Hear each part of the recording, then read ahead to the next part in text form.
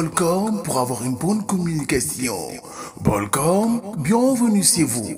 salaamaaleykum chers internautes ñu ngi leen di nuyu di leen ziar bu baax a baax di am plaisir bu rëy dalal leen encore une fois ci suñu deuxième numéro le rendez-vous du soir.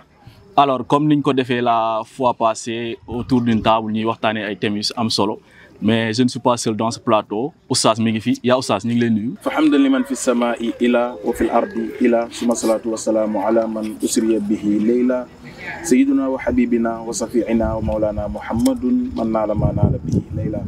mbokk yi asalaamaaleykum ñu ngi amaat mbégte jàkkaarloog yéen sunu ay téléspectateurs ni ñu koy defee saa su ne nuyu xalif généraux yi Serigne Mountakha Mbacké Bassirou xalif général kullu murid waaye nuyu Serigne Babacar Sy Mansour xalif général des Tidianes mbooleem xalif généraux yi ci réew mi ñu ngi leen di nuyu di leen ziar ñëw nag ci Diourbel nuyu mbooleem këru diine yi fi nekk njabootu Cheikh Ahmadou Bamba njabootu Mame Cheikh Ibrahima Fall njabootu Mame Thierno Kandji waaye mbooleem sunu ay téléspectateurs ñu ngi leen di nuyu di leen ziar El Mbaye maa ngi lay nuyu di la ziar di la jox sa wàccuwaay. maa ngi lay delloo ziar bu baax a baax taxawaay bu baax ni ñu koy defee yal na yàlla barkeel. jaajëf nuyu Adja Awa moom itam ñu ngi lay jaajëfal yal na yàlla defal la tawfeex nuyu Baye Ibra. ñu ngi lay fay waaw yaa Oustaz. nuyu le PDG Alhaji Mamadou Sylla ñu gën ko xam ci kàggu nuyu sëñ Fallou Guèye nuyu bu baax DJ Elz nuyu Bokar nuyu El Hadj équipe bi nga xamante ne ñoom la ñu àndal ñëpp. ñu ngi leen di ziar ñu nuyoo noonu en attendant El Mbaye. macha allah Oustaz kontaan nañ bu baax a baax amaat la ci suñ plateau mais sañse bi nice rek. waaw jërëjëf xam nga rek comme d'habitude. damay bañ a publicité waaye comme d'habitude. macha allah soxna Awa aussi mi ngi si plateau bi comme d'habitude mu ñëw def toute élégante ñu koy nuyu di ko ziar bu baax a baax di la dalal encore une fois ci le rendez-vous du soir. merci beaucoup maa ngi lay fay bu baax di nuyu sama gars yi di nuyu ñëpp rek. fay nañ di nuyu mbokku internet yëpp. di ñaanal kilifa diine yi kilifa aada yi di nuyu Sénégalais yëpp. ñaanal Serigne Mountakha Bassirou mu yàgg fi lool te wér. amiin di ñaanal sama wasila Serigne Fallou Ndiaye Rahman mu yàgg fi lool te wér. amiin di nuyu ñëpp rek képp ku ñuy seetaan di nuyu suñu gars yi ñu àndal. nuyu ñëpp nuyu wax plateau bi tamit di leen ziar di leen def seen wàccuwaay. merci beaucoup soxna Awa sañse bi aussi nice na trop macha allah. alors Ibrahima aussi mi ngi fii borom Touba. waaw gars yi naan ko kaw mu mag bi. Ibrahima ñu ngi lay nuyu di la dalal ci le rendez-vous du soir. waaw ñu ngi lay fay El Mbaye di wax bonsoir à tous xam nga.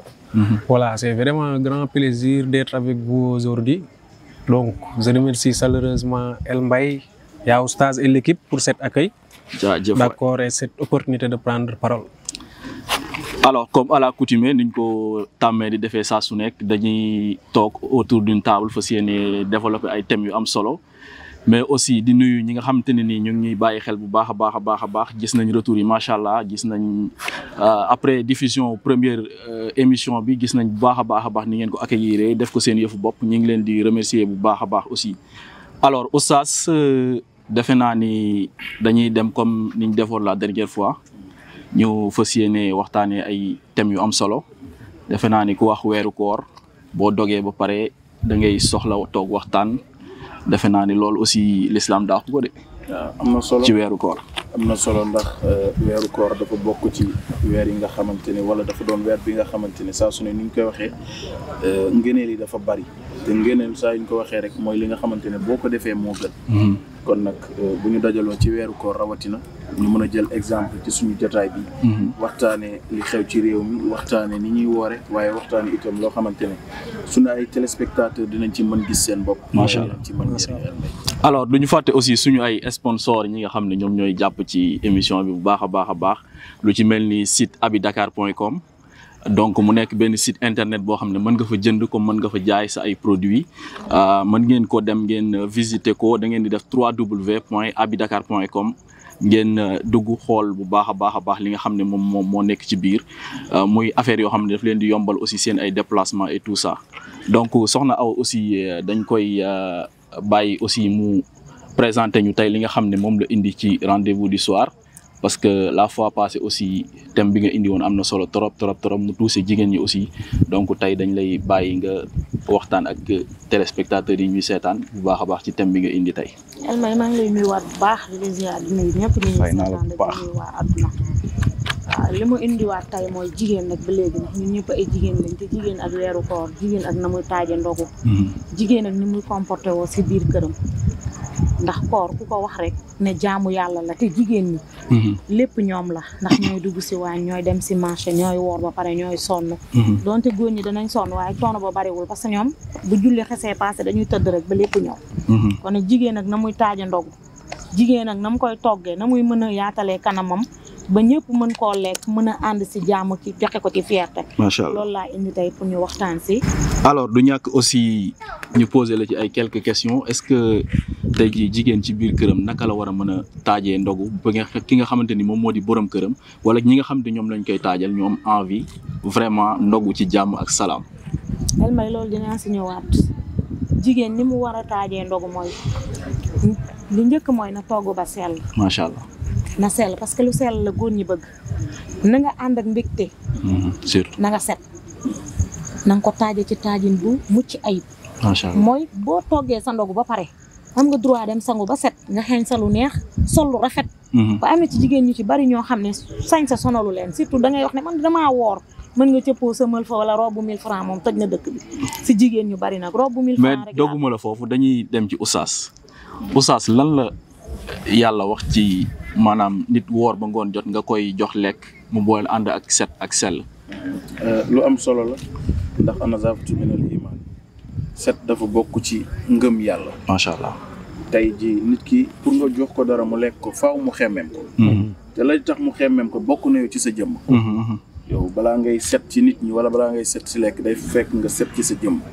macha allah. waaw set bi gën ci set yi mooy nga set ci sa biir ba pare doog a set ci biti. bëri na ñoo xam ne nag mën nañ la présenter ne ni comme Idrissa mën a solu waaye mën na nangam mais intérieurement setul. donc nit ki faaw nga civilisé faaw nga set. ñi ngay jox lekk bi pour ñu xemmeem ko. faaw nga am noo leen koy joxe. waaye nag solo gi nekk ci joxe lekk. loolu beneen mbir la.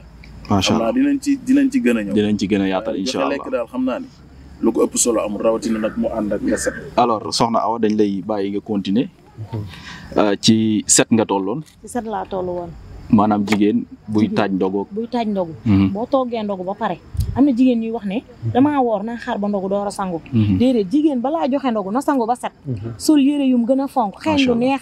mën a taaj ndogam ñu mën koo lekk bu neex waaye da ngay jël la nga toggee ca waañ ba jën yaa nga cay xeeñ rusi baa nga cay xeeñ nga ñëw ne dee ji ndogu ba ku lekk tamit ñàkk pexe la lekke da ngay sangu ba set changer sa yére xeeñ lu neex. set sax si jaamu yàlla la bokk. set si jaamu yàlla la bokk. nga xeeñ lu neex nag ñëw taaj sa ndogu taaj bu mucc ayib ku bëggutoon lekk sax dina lekk ndax ni nga ko taajee la. waaye sol sa robe bu 1000 francs mel ni awu juuf rek jël ko ca waañ wa ñëw taajee ko ndogu loolu tamit du tax góor am courage. day xaw a waaye tamit am na góor ñoo xam ne ñu naqaree taajal ndogu lañ. waaw da ngay dugg si waañ wi sonn. ak sa coono togg ba pare ñëw taaj ko mun dafa saf xorom de wala dafa saf kaani mais loolu tamit taxul jigéen sa war ci waañ. mais les hommes sont capricieux. waaw góor ñi nañ dimbali jigéen ñi tamit am na góor ñoo xam ne. dañoo bëgg ay caprice Oustaz. alors Ibrahima du ñàkk nga am loo ci sànni. waaw man lu ma ciy sànni mooy set moom daa bokk ci jaamu yàlla. effectivement. waaw yaa li mu wax kon day daal di jaar yoon ndax nit moom maanaam ni ngay ñëwee rek noonu la lay gisee. kon boo setee rek dina ñeme sa lépp wax dëgg yàlla di soññaat jigéen ñi rek ñuy faral di doxalee comme ni ko yaa Awa di waxee kon bu ko defee yaakaar naa góor ñi duñ mer comme li muy wax. waaw set soobee yàlla waaw. teglu set. teglu set waaw. alors yaa Awa. defe naa thème bi am na solo trop. ñu lay remercier aussi bu baax a baax parce que à chaque fois gis nañ ni que yaa ngi évoluer yaa ngi indi ay affaires yu bees. di la jaajëfal bu baax a baax. alors sans plus tarder aussi bu fekkee da ngeen bëgg nekk partenaire ci émission bi n'hésitez pas d'appeler numéro bi mi ngi ci suufu écran bi ngeen woote ngeen nekk partenaire jàpp ci émission bi bu baax a baax. alors Oustaz dañuy dem rapidement rek ci question yi defe naa ni tey gars yi seen yaram dafa tàng quoi question yi bëri na bi ci njëkk kii nee na lan la yàlla wax si woor te doo julli. woor te doo julli yaakaar naa suñu émission bi passé am na lu ñu ci waxoon. parce que julli dafa laa war a laata koor di ñëw.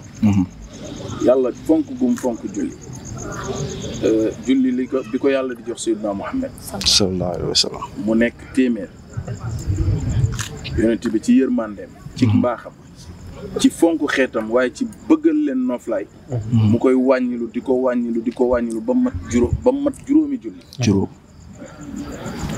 yonent bi sallallahu alayhi wa sallam bi ko gaa yi ne demaatal ñu wàññi ko daf ne nag fi mu ne am naa kersa dem naan yàlla na ma wàññi julli gi. dëgg la. mais yow naka ngay woore te doo julli képp ku jàpp ne woor nga suba ba ngoon julli woo koor goog dañ koy taxañ ba mu jekk.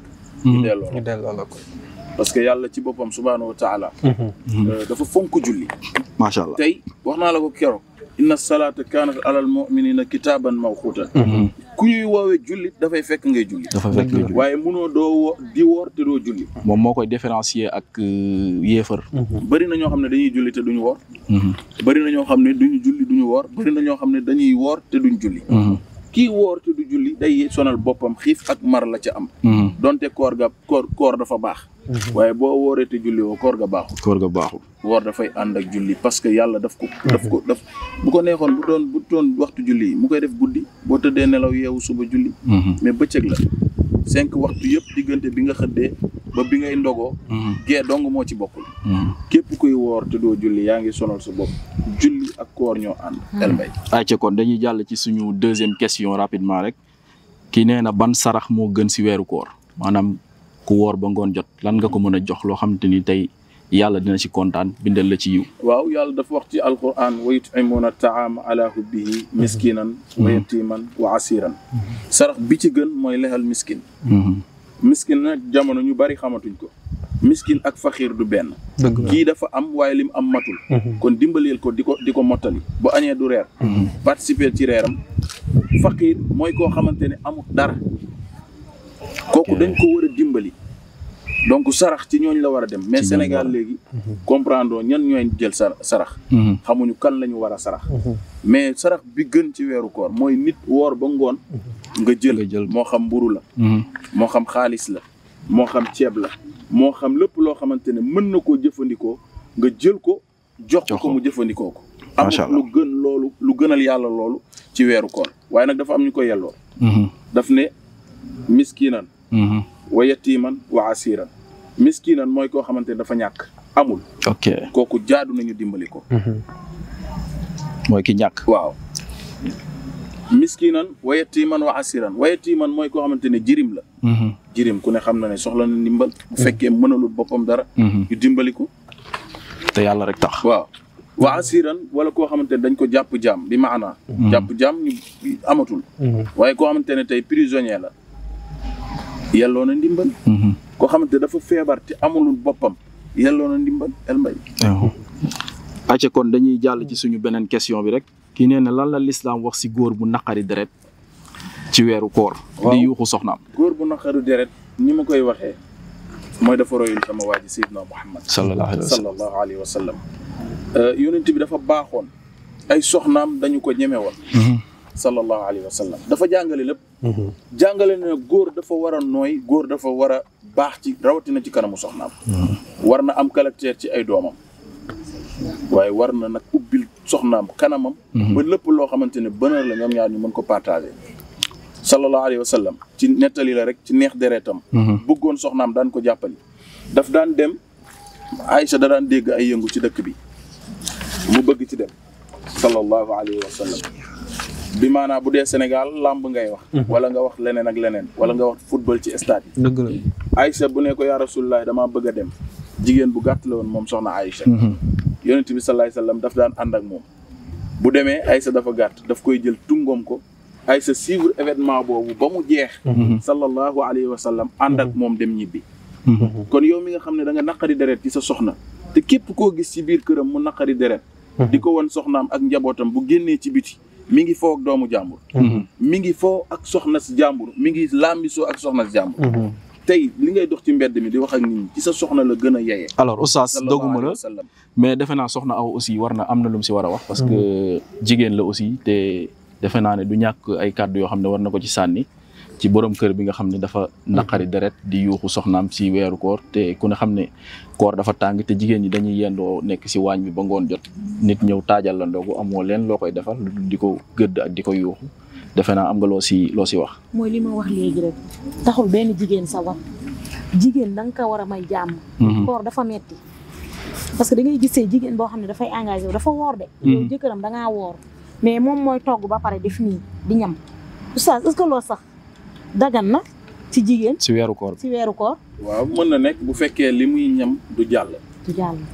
bu fekkee ne bëgg na xam ndax bañ na xorom si ëpp wala suukar si ëpp mën na ko teg ci làmmiñam normalement képp ku ko def xam nga ko mën na tege ci sa làmmiñ nga xam li muy saf te du fekk mu jàll ci biir koor li koy yàq mooy luy dugg ci sa biir gémmiñ di jàll léegi oustaz jigéen bi nga xam ne dafa nekk si waañ wi ba 2 heures jot mënul julli 5 heures jot mënul julli parce que bañ na diw ga tàkk wala bañ na dara dugg si waañ wi yàq togg bi julliwul wax yu yooyu yëpp timis ñëw na fekk ko xam nga timis heure joxe ndogu la timis ba tamit rëcc na ko mu bëgg a dajale julli yooyu nan lay def da koy fay bor du am rak maanaam dañ la tere ngay dajale ay boru julli yooyu nga wax yëpp du ngànt mais bu fekkee ngànt la nga am ngànt dara dal la wala nga nekk ci yoon wala leneen ak leneen nga feebar mënuloo julli ci waxtu woowu bu waxtu woowu jotee mën nga continuer julli say julli mais kanta da ngay togg waxtu wi jot na nga naan damay bañ sama diwlin bi nangam loolu du diine lépp lu nit di def bu waxtu julli jotee na dem defi ko daf ko war a boo dajalee ay bor nag balaa ngay julli sa waxtu da ngay fay bor yi ba pare macha allah julli waxtu wa nga toll acca kon dañuy jàll ci suñu baal ma rek ma ñëw dafa am ku ma wax ne naa ko laajal oustaz ne na moom bu weeru koor ñëwee rek lay julli bu koor jàllee dootul julli day julli tamit gee mais du julli safa ak witar waaw julli gee xam nga safa ak witar naafila la julli farata gee farata la dafa bokk ci juróomi waxtu yi iqaami salaat mooy juróomi waxtu yi ngay julli fajar tisbaar takkusaan timis gee salaat safa witar boobu ngay def naafila la pour sa jëmm la jaamu yàlla la nga ñàkk koo def yàqul ci sa diine dara mais boo ko defee pour sa bopp la taatullahi ibadatullahi topp yàlla ak jaamu yàlla du benn macha allah yàqul ci julli gi dara acca kon ñu dem ci suñu dernière question maa ngi tuub en passage ma laaj oustaz vas-y léegi bu fekkee ni par exemple naafila nee nañ du farata comme bu fekkee daa am lu la tënk waaye ñi nga xam ne nag oustaz ñoom am nañ jotu naafila amuñu dara lu leen tënk comprendre nga dañoo jël seen coobare bopp rek bañ a naafila d'accord ñooñu ndax lan la yàlla wax ci seen koor comme am nañ temps wu naafila am nañ jot bi am nañ lépp mais ñoom ñoo ko bañ a def catégoriquement xam nga waaw non naafila dafa ay ngëneel la waaw nga ñàkk a naafila yàqul sa koor mais nga def ko moo gënal yàlla xam nga lu gën boo ko gisee da nga ko war a def tey lan moo tax boo toggee ceeb jël jën teg ci jël ay lëjum yëpp teg ci ceeb bi kese doyoon na lan moo tax pour mu gën a neex donc boo wooree te doo naafila koor gi baax na de mais sa yiw ni nga ko war a amee day des te naafila yi am na ci benn boo xam ne boo ko defee dañ lay bindal junni tuyaaba nit nag xanaa bañul boppam ba di xañ boppam yiw yooyu mais li gën képp koo xam ne yaa ngi woor bu guddi jotee naafila yi buñ ko joxee nga naafila ko boo xëyee woor mu dolleeku ci sa ay tuyaaba acca kon ñu dem ci suñu dernière question kii nee na lan la yàlla wax si kii naan sàngara si guddi weeru koor sàngara baaxul bu dul weeru koor waxantuma laa weeru maanaam moom dina ko mën a tenir ci journée bi du naan mais bu demee ba dog ba pare day naan sàngara terewul sàngara dafa xaraam ummul xabaayis mooy sàngara ndeyu ñaawteef yi lépp lu lay tàggaleeg sa sago dañ la koo tere kon sàngara bi ngay naan ci bu dul weeru koor mook bi ngay naan ci weeru koor ñoo yem waaye bañ ko ne dafa ñëw ci jàng yi yor biteelu sàngaram gars yi na ko tante bi fi naanee sàngara bi de parce que fii Seydina Muhammad lañ ko tànta mu ne leen da fi mu ne nii dama am mandi waaye li man naaneewu ma ko ci tante bi ci jàkk ji laa ko naane sàngara baaxut ci mbedd mi nga dem di ko naan ci jàkk ji mais boo wooree ba ngoon jot nga ndogu naan sàngara boobu lañ ko doon teree lañ la cay topp lañ la ta daan toppee moom lañ lay toppee ba tey baaxul budul weeru koor baaxul weeru koor moom sàngara acca kon loolu moo nekkoon suñu ay question ñu ngi lay jaajëfal bu baax a baax oustaz di leen rappeler juste que ñu ngi ci seen émission le rendez-vous du soir 2e numéro di remercier encore une fois suñu partenaire abidakar.com mu nekk benn plateforme boo xam ne mën ngeen a jënd foofu comme mën ngeen jaay foofu seen ay produits ak seen ay biens et services alors dañuy dem rapidement rek ci Ibrahima defe naa mu indi thème du jour waaw tey de lu ma indi woon comme thème du jour bëgguñu waxtaan si jàpp ne dinañu jëriñ ñun ñëpp mooy ci wàllum koor ak solidarité waaw boo déggee nag lu tax ma bëgg ñu choisir thème boobu waxtaan si ndax umpale woo ni bu weeru koor jotee dinañ gis ci dëkk bi ñu bëri ñuy doxee comme si dañuy dimbali ñi gën a wàññeeku loolu mooy solidarité bi waaye nag dafa am fu ñu divergence ñaari yooyu ndax dafa am benn côté boo xam ne ndax koor moom ku ko dégg xam ne daa prôné simplicité ak discrétion. mais nag dafa am ay yoo xam ne c'est ostentatoire d'accord mu jëm ci réseaux sociaux yi ak ci partage bi ba nga xam ne day mel ni dootul nduroo ndimbal day nduroo gis leen ma. ok ci sens yooyu laa bëggoon ñu waxtaan si yaa ngi dégg doo leen tese ay idée ba xam nan nga mën a doxalee sa solidarité mu doon lu yàlla nangu lu simple xam nga lu oyof ba ñi gën a wàññeeku mën cee jariñu ndax léegi daal dëkk bi jaxasoo na yaa Oustaz doo xam naka la waaw ku nekk ak rek ni ngay defee sa façon waaw. dëgg la ndax ab dëkk. li ci am solo. mooy nit ñi di dimbalante. dëgg la. parce que nit ki boo koy dimbali da nga koy jox lu mu soxla. boo koy jox ci lu mu soxla da nga ko koy joxe ca anam ba mu ko soxla. waaye ci kaw yow mi ko koy jox yow mi ne da ngay dimbali. li ngay joxe na doon loo xam ne yow yittewoo nga. waaye da nga ko xañ sa bopp. jox ko nit. loolu moo gënal yàlla lépp loo gis ci àdduna. parce que nag ñu ci bari léegi li yàq seen jëf yu baax. da ngay jëf lu baax. yow la nga cay ut loola nga cay am. dëgg la mais bu dee da ngay def rek te yàlla ci boppam moo lay fayal boppam. te yàlla nag xam nga ni. yàlla ku mu fay. dootoo soxla dara. macha allah ci ëpp solo. yàlla ku mu narta fay du la liggéeyloo. dafa maanaam koo gis muy sonn ci jaamu yàlla yi. di def ngir yàlla dimbali ko. dafa fekk ne kooku yàlla dafa nar ci moom ak fay. moo tax mu def ko lool mais social. lu am solo la. ci kaw nga mën ko yow mi koy def. ci kaw bi nga koy joxe soxla nga ko. nga togg sa ginaar ba mu baax. mu leer la ne soxla nga ko. nit ñëw yittewoo ko nga jël ko jox ko. même boo ko joxul lépp nga dend ak sa dëkkandoo. togg ginaar ba mu baax. lekk ko mu jeex. ñoom mu xeeñ leen te mosuñ ci. loolu àq la. àq nag ak bàkkaar du benn. ak bàkkaar du benn. Ibrahima loolu de leer na nañ wante léegi bu ñu jëmee ci wàllu sutura ndax ndimbal ku ne. xam na ni Ibrahima dogguma la bala ngay continuer foog ñu bàyyi soxna Awa aussi waaw soxna Awa am na lu mu participer si thème bi. solidarité comme li nga indi lu am importance la léegi daf te yàlla tax amatul parce que imam balaa mu may mën a jox caméra yi tàkk lampe yi tàkk mu ñëw di ma ko def nii mais su xalaatee ne dama koy jox soxna Awa ci nii kenn bañ koo gis du ko arrangé su boobaa du ma ko tagg du ma ko way du ma ko waxal lu neex mais def te yàlla tax nit ñi ñoo ko war di def te yàlla rek tax parce que nag dëkk bi am na ñu fi néew doole trop de am na ñu néew doole trop mais ñu ngi dund seen ngor rus nañoo génn di ko wax mais lan moo tax nit ñi mënatuñoo xàmmee ñi néew doole parce que sama classe gi tey boo néewoon doole tey te génn sol sa mbubu ñu ne moom borom xaalis la mais néew doole nekkut ci yaram néew doole nekkut ci jëmm néew doole mu ngi ci biir mais nit mën na néew doole te am sutura am ngoram mais nit ñi léegi xamuñu loolu xam nga ku ne xam ku néew doole sol na ay sagar sol na lu xotteeku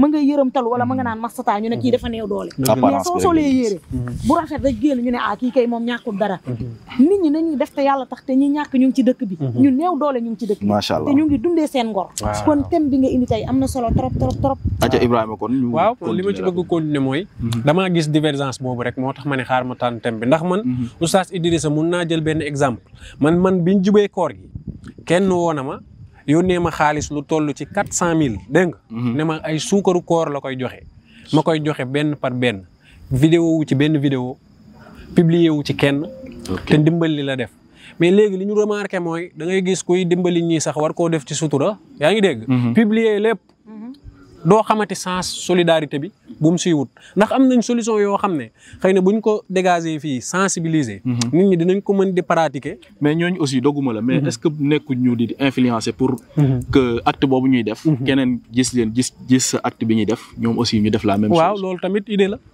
peut-être noonu la waaye daal ci alentour boobu la ñuy waxtaan rek ngir xool solution parce que man personnellement li ma jàpp man bokk sama propre bopp su ma amoon lu ma mën a dimbalee ñenn dinaa fexe ba def ko ci sutura dégg nga de ba nga xam ne du am benn partage d'inégalité surtout si weeru koor bi nga xam ne simplicité lay prôné dégg nga def li ngay def non ostentatoire ci réseaux sociaux yi waaye tamit loolu idée la ndax kii bu gisee xëy na mu bëgg a def leneen lu lu mel ni yow mu bëgg ko def loolu tamit lu baax la macha allah waaw macha allah am na solo vraiment ñu lay remercier aussi Ibrahima borom Touba kaw bu mag bi ñu lay jaajëfal bu baax a baax alors maa ngi nuyu aussi le grand Leyti borom RSF maa ngi koy jaajëfal bu baax a baax benn grand la boo xam ne tout le temps daf may jox ay conseils yu baax a baax di nuyu waa RSF Diourbel yëpp di nuyu aussi le grand Massaer Sow borom galerie d'art nuyu aussi le grand Moussa Moussa Balde maa ngi koy jaajëfal bu baax a baax Mamadou Mbaye borom parfum yi aussi maa ngi lay remercier bu baax a baax léegi rapidement dañuy dem régi jël fa benn page publicitaire après ñu ñëwaat rapidement ci plateau bi inchallah. Vous êtes commerçant, businessman, particulier ou étudiant, vous souhaitez avoir plus de visibilité, vendez vos produits et services gratuitement sur abidakar.com. abidakar.com est une plateforme en ligne qui vous offre une façon simple, efficace et pratique d'acheter et de vendre vos biens ou vos services.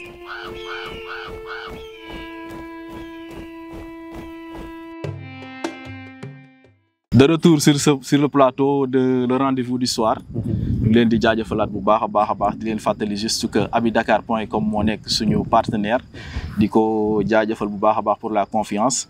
Alors rapidement rek dañuy dalal suñu invité mu nekk un jeune boo xamante ni nii vraiment kenn dootu ko présenté ci Diourbel mu nekk koo xam ne mën na li muy def macha allah vraiment daf ñuy inspiré ci lu bëri muy DJ Elzi l'international laa koy wax parce que dafa indi tey ji loo xam dafa am rapport ak thème bi muy wàllum social boobu mu def far benn fondation boo xam daf ko tuddee fondation DJ Elzi donc rapidement dañ koy dalal ci suñu plateau ñu fas yéene waxtaan ak moom ci concept fondation DJ Elzi. aja kon DJ Elzi la ñu am ci suñu plateau ñu koy nuyu di ko jaajëfal bu baax a baax di la bàyyi nga si nga nuyoo ak ñi lay seetaan parce que kër gi moom du sa kër. defe naa yaa ñu war a dalal quoi. oui amis très chers internautes ñu ngi leen di nuyu kenn ku ci nekk turam ak santam am nañu mbégte bu baax a baax ak contentement ci rejoindre leen ci plateau bu am solo bi nga xamante ne ni moom mooy le rendez-vous du soir. macha allah di rafetlu bu baax a baax le travail de toute l'équipe en commençant par le présentateur El Mbaye et également yow sax ñu ngi lay nuyu te di la ziar di nuyu bu baax a baax suñu ajaa bi ni ki noonu itam ñuy nuyu Ibrahima donc borom Touba moom itam vraiment il a très tôt intégré donc di wane ne rek c'est la famille diourbelloise di rafetlu bu baax a baax le travail PDG également ñi ngi koy nuyu di nuyu bu baax a baax Laram vraiment gis nañ ni y a de très belles initiatives yu ngeen di teg donc rien que pour le développement de la région de Diourbel et on en a besoin ñi ngi leen di wax vraiment bonne continuation. alors merci beaucoup Elzi donc tey jii boo ñu doon wax DJ Elzi rapidement rek ci ay quelques simili lan lay doon. waaw DJ Elzi c'est un jeune comme tous les jeunes c'est un jeune ambitieux donc qui prétend être quelqu'un dans ce pays te man gëm-gëm bi ma am mooy boo nekkee ndaw da nga war a impacter bu baax a baax. loolu moo tax à chaque fois rek lu baax ñun ci la ñu nekk. macha allah loo xamante ne nii la lu bon la ñu koy maytu te damaa yaakaar ne nit ku ci nekk tey booy commencer ci benn ngay commencer. donc on est venu il y a pas longtemps bi ñu commencé ak léegi yàggul ñi ngi sant yàlla bu baax a baax fexe nañu ba bokk ci suñu région bi di ñaan yàlla bokk ci réew mi parce que mën na nekk donc comme ni ko Idrissa mi defee ci wàllu bi mu nekkee noonu la ñu ñëwee en un temps record war na suñu bopp yàlla suñu borom di ñu dimbale ci kàttanam ak man-manam ba tey li ñu jot a am akas néew ak fi ñu jot a àgg akas néew donc ñu nekk ci ayca kon dañu nekk si mois de Ramadan ñu gis aussi ngay def liggéey bu am solo di jàllale temps yi yëpp ay affiche ay vidéo di yëgle en quelque sorte li nga xam ne moom moo di ndogu yi nga xam ne da nga koy amal fële ca diwaanu Kër Cheikh mu nekk 2e édition ay tey jii man est-ce que mën nañu xam lan moo la inspiré tey ba nga jug ne tey da nga bëgg a def ay ndogu jox ko ñi nga xam te ne ñoom ñoo di néew di doole. waaw mën nañu wax le social moom c'est le sens du partage te lu ñu fi fekk la macha allah suñu baag ñu baax ñu tubaarikàlla macha allah dañu nampatal ci loolu macha allah mooy boo juddoo da ngaa war a jëriñ saw askan jëriñ saw askan nag mooy nit du xeeb jëfam mu néew mu bari jëf la te jëf moom xëy na jaam bi moo koy xeeb mais yàlla du ko xeeb Ibrahima Sàng wax na lu am solo léegi nag ni ñu koy defee bari na façon bi ko anam bi di nit ñi di defee bari na waaye def ak ngistal nit ki def rek moom moo xam jëf jëmi jëf ak yàlla suñu borom parce que même bu nit ñi dee nelaw yàlla moom du mu nelawul te li ne am solo mooy lu nekk ci xol yi nit ku ci nekk ak jëfam te lu waaye jëf ci bàmmeelam la koy fekk te ku wér xam sa bopp donc que ça soit dañ koy def ngir ngistal wala ñu koy def te yàlla tax loolu nit ki koy def rek moom moo mën a wax ak digganteem ak yàllam li mu jublu ci lu nu mel donc mbir la boo xamante ne nii bi ñu koy commencé lu ñu ça nous tient à cœur. est-ce que yomboon na au début. non c'est pas première édition parce que def lu baax ci suñu Sénégal gi yombatul. parce que comme ni ko Ibrahima waxee gis-gis yi dafay bari. ñi dañuy xoolee côté positif ñi dañuy xoolee côté négatif. effectivement mais ñun li ñu mës a gëm rek mooy lu ñuy mën di doore ci social lañ koy dooree ci lu baax lañ koy dooree. parce que mënoon nañoo def yeneen activité à temps jeune mënoon nañoo nekk ci yeneen activité wax yëfu fola te boobaa am na ñoo xamante ne ni bu ñu leen waxee ñun dina ñoo fekk suñu mais lu ñu gëm mooy réew mi dañoo soxla ndimbal loo xamante ne ni ci kenn ku ci nekk ci ñun lay tàmbalee donc loolu moo tax rek ñun tamit ñu engagé wu en tant que jeune door ci li nga xamante ne ni moom mooy ndogu bi ak première édition bi tu étais présent donc ça a été vraiment une grande réussite. Macha Allah également ñu ko ci ànd ak nit ñi incha allah. alors du ñàkk aussi ñu laaj la ba xam fondation DJ Elzi dafa yem si mois de Ramadan bi wala am na yeneen activités yoo xamante ni nii yaa ngi koy def en dehors. non du yem ci social bi rek. mais nag dafay dépendre ci bëgg-bëgg bi ak taxawaayu ñi nga xamante ne ñoom lañ ci àndal. parce que lu kenn man ñaar ba ñett ñoo ko dàq. effectivement yaakaar naa une jeunesse vraiment qui s'unissent. donc war nañu mën a def lu nekk. et que le développement ça se fait à travers donc la collaboration. donc suñu àndandoo ñun jeunes yëpp rek yaakaar naa waru duñu yem rek ci fondation sociale mën nañu s'ouvrir avec d'autres perspectives yoo xamante ne nii vraiment étant jeune avec la vision 2050 pourquoi pas. mën nañu def yeneen i mbir yoo xamante ne ni donc ku ci nekk ci ñun da ciy gis boppam waaye réew bi également dinañ bokk ci ñi nga xamante ne dañ koy tabax ensemble. macha allah léegi lan ngay wax jeunes yi nga xamante ne nii tey jii vraiment bëgg nañ DJ Elzi bëgg nañ li muy def bëgg nañ aussi xam ci lan lay nekk bëgg nañ tànk yi nga taxaw aussi ñu taxaw si tey bon amoon benn message boo xam ne da nga leen koy lancer lan lay def. waaw mais en parlant avec modestie donc damay wax ne rek adduna moom. yàlla suñu borom bi ñu sàkkee li ñu war a taxawee mooy ñu jaamu ko.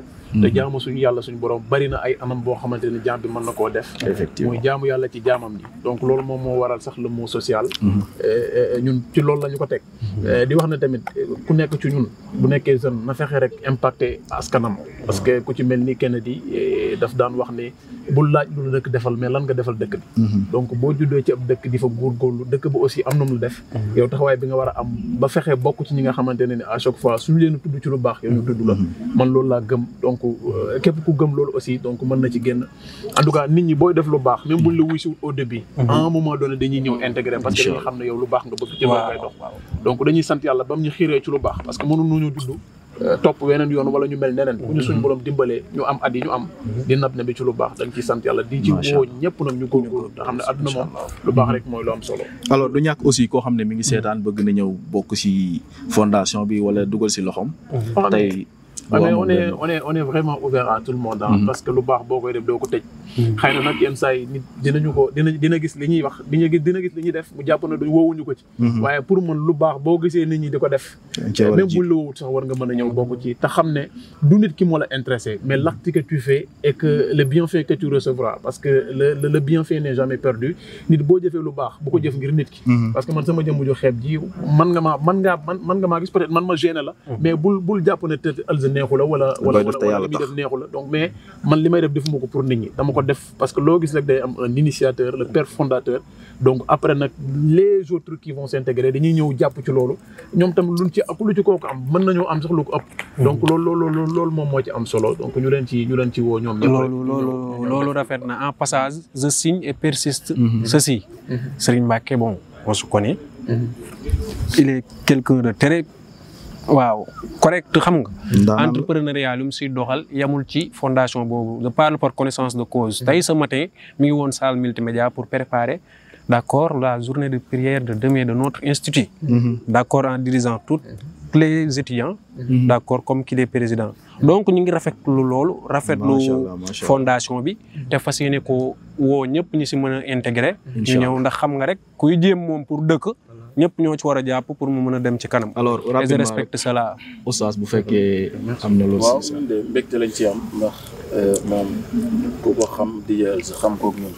suñu xarit la suñu frère la. lii muy def itam di fondation di jël social bi muy def at mu jot ñu ciy ànd ak moom bokk ci ñi ciy teew. waaye itam nit ki balaa nga olof dafay wax ne. yedd yërëm moo ko gën. tey lii mu nekk ñun xam nañ bu baax lan la ciy daj pour mën a. satisfaire ñi nga xamante ne ñoo ko soxla. kon dañu koy ñaanal yàlla lafal ko cat. macha allah yàlla yeggale la ci barke yonent bi sallallahu alayhi wasallam def lu baax yombul. koy def léeg-léeg di nga ci am ay difficulté waaye moom nag ku gëm boppam la. ku gëm dëkk bi la waaye itam ku gëm ne rek lépp lu am yàlla moo ko dogal. ku gëm kër Cheikh. waaw incha allah alors soxna Awa rapidement rek. jaajëfal xëy na c'est la première fois maa ngi koy soog a gis mais dama koy sant di ko gërëm. ay fukki moroomam tey ñu ngi ci yeneen réew te dëkk Jurbel gii di fa investir leneen moom mu taamu Jurbel comme niñ koy waxee rek moom mu ne Jurbel laa tippoo lii bu amoon fukki moroomam léegi Jurbel dootul jéggaani di uti dara mais tey ji ay moroomam yu bari tey boo leen laajee foo dëkk Jurbel la ñuy wax te ñu nga ci dëkk ya ñu nekk di fa def leneen lu lii muy def kon dañ koy jaajëfal rek di ko ñaanal yàlla kàttanal ko te dooleel ko te ko wax ne ñun ñu ngi ci ginnaawam macha allah sa ginnaaw ñu ngi ci liggéey bi tamit alors plaisir la woon ñu dalal la ci le rendez-vous du soir nga wax rapidement rek date bi ak lieu bi fu ndogu yi amee ak yooyu parce que ñàkkul ne sama mbokk mbayee ni jàkkaarloo man di seetaan te bëgg na ko ndogu si. Alors di lancer un appel solennel à l'endroit de toute la population diourbelloise donc vous dire tout simplement que c'est une date qui est très importante dédiée donc ci wàllu social le 23 la ñu koy amal ci diwaanu Kër Cheikh.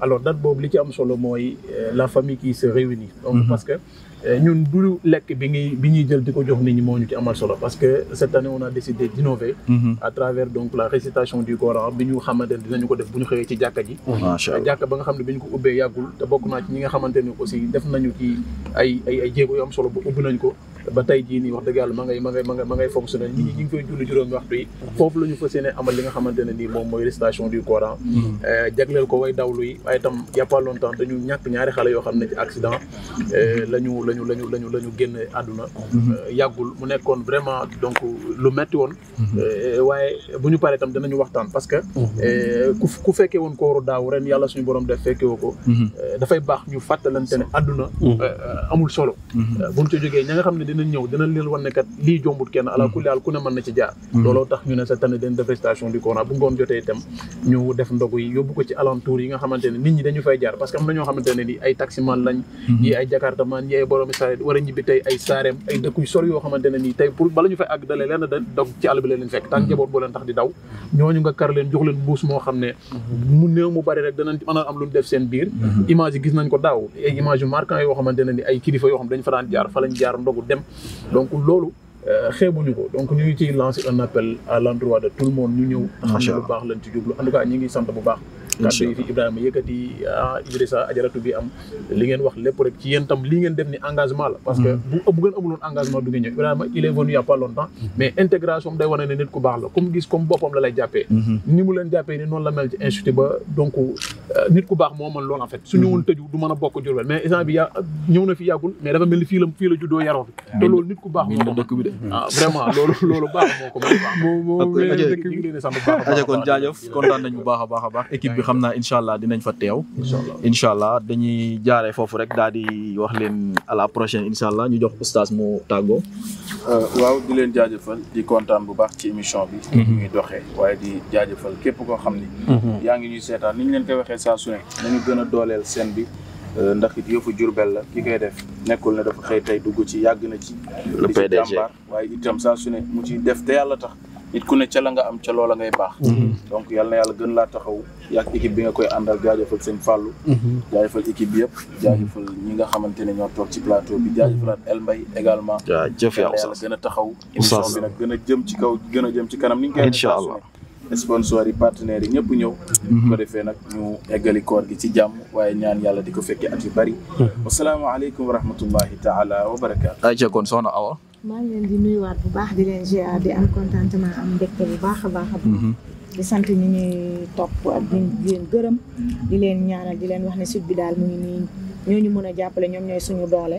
kon nag nañ ñu gën a doole nañ ñu gën a jàppale di sant waa Diourbel yëpp ak ñi ma bokkal plateau bi El Mbaye jaajëf suñu gan gi maa ngi lay sant bu baax di la gërëm di sant suñu équipe bi di jaajëfal sama tailleur lumière bi Amady Gadiaga vraiment sa ñaw bi daf may daggal ba mu rafet mu ne ma sama jigéen nga dama sol mu ngi fii si marché Ndoumbé Diop numéro téléphone am 77 374 50 90 ku ko soxla rek lu rafet lay def macha allah sant ñëpp di gërëm ñëpp macha allah ayca kon Ibrahima waaw à la prochaine waaw à la prochaine ñu ngi leen di nuyu ñëpp internautes yi ñuy seetaan di leen wax ni ñu ngi leen di bàyyi ba beneen yoon incha allah di ñaanal ñëpp jàmm di ñaanal sama xarit di ji heureuse yàlla jëmale fondation bi ci kanam ak lépp incha allah ay ca jàmm ci ñëpp incha allah jaajëf kon maa ngi remercier aussi Gaye styliste nekk fële si Kër Cheikh voilà ci côté boulangerie bi en face boulangerie bu Kër Cheikh numéro am nekk 78 109 12 95 mu nekk benn jeune boo xam ne mi ngi def ay affaires yu garaaw bëgg naa yéen ñëpp ngeen dem découvrir ko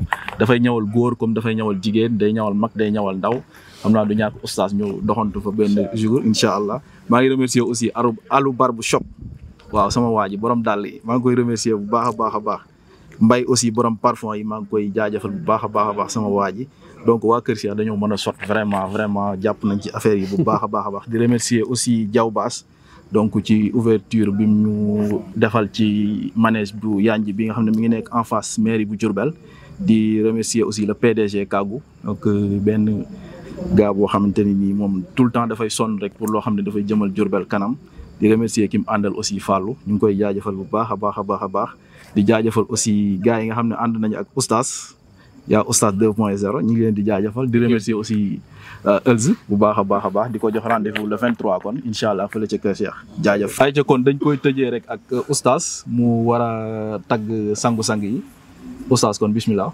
waaw sallallahu alayhi wa sallam yonent bi toog ci jotaay ba jóge fa. waxuñ ci moom erreur la. bu mag saa su ne damay wax ni buñ toogee ci jotaay balaa ñu fay jóge nañu xool benn ci Seydina Muhammad ñu roy ko ci moom. du ne boo nee tagg yonent bi ki koy waxtaanee mi ngi koy tagg. ki toog ñuy tagg Seydina Muhammad mi ngi koy tagg te man madhani madhan kaana waahidan fil janna sallallahu alayhi wa sallam moo ne képp ku may tagg. ëllëg yowmal xiyaam man ak yow sama mbagg ba biir aljana. macha allah kon di jël si del ñëw ñu ànd di tagg sallallahu alayhi wa sallam te dañuy wax ci benn jikko Seydina Muhammad li mu gënee ñëpp jikko la ko yàlla taggee wa innaka la ala xuluqin azim yàlla tagg ko ci wayjur tagg ko ci juddu tagg ko ci dara te lépp lu yàlla amal mi ngi ko amalee ci leeru Seydina Muhammad sallallahu alayhi wa sallam sama am Seydi Hadj Malick ne Seydina Muhammad li mu gënee gaay wa laysa xayrul wara yajzi bi sayyi'atin ya'fu wa yasfa'u safhan an musihimi sallallahu alayhi wa sallam xam nga lu tax mu gën ñëpp lan la boo ko tooñoon ba mu leer ko ne tooñ nga ko mu mën a fayu du fayu day baale sa waa ji yonent bi danga koy tooñ mu mën a fayu